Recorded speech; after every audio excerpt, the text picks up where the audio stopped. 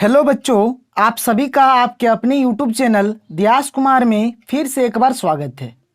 और आज की इस वीडियो में हम लोग सक्रियता श्रेणी या फिर अभिक्रियाशीलता श्रेणी के बारे में पढ़ेंगे। सबसे पहले हम लोग इसके डेफिनेशन को देखेंगे, फिर हम लोग इसके एक टेबल को देखेंगे, यानी हम लोग यहाँ पर सक्रियता श्रेणी के लिस्ट को देखेंगे कि किस प्रकार से सक्रियता श्रेणी में तत्वों को रखा गया है। तो चलिए सबसे पहले हम लोग इसके डेफिनेशन को देख लेते हैं।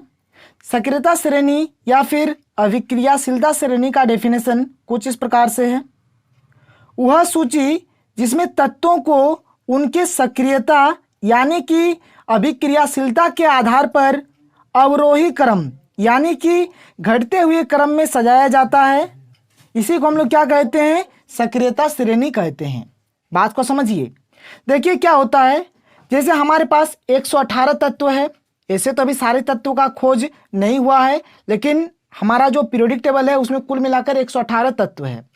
तो 118 तत्वों में से कोई तत्व क्या है? अधिक अभिक्रियाशील है और कोई तत्व कम अभिक्रियाशील है। तो क्या हुआ है? सक्रियता श्रेणी किसको हम लोग बोलेंगे कि सक्रियता श्रेणी एक सूची है, एक लिस्ट है। इसमें क्या किया गया है? तत्वों को उनके सक्रियता के आधार पर यानी कि अभिक्रियाशीलता के आधार पर सजाया गया है।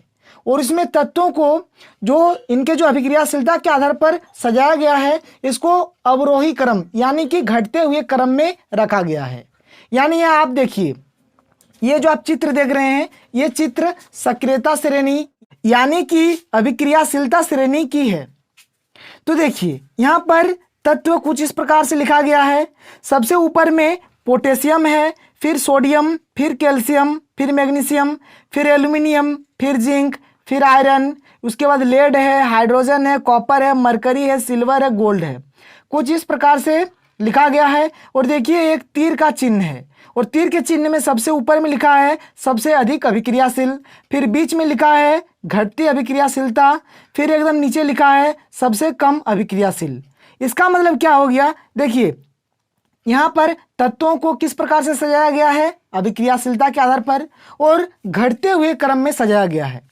यानी जो ऊपर के तत्व है यानी कि पोटेशियम, सोडियम, कैल्शियम, ये सब जो तत्व है, इसमें अभिक्रियाशीलता का गुण सबसे अधिक मात्रा में पाया जाता है।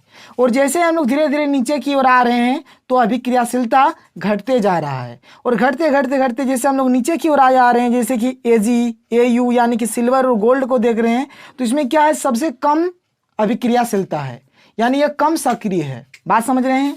तो यही होता है हमारा सक्रियता श्रेणी या फिर अभिक्रियाशीलता श्रेणी। अब देखिए इस पर बेस्ड हमारा बहुत सारा क्वेश्चंस एग्जाम में पूछा जाता है। तो अब हमारा जो अगला लेक्चर आएगा उस लेक्चर में हम लोग इस पर बेस्ड कुछ क्वेश्चंस देखेंगे। तो आज के लिए इतना ही, फिर मिलते हैं अगले वीडियो में। Thank you.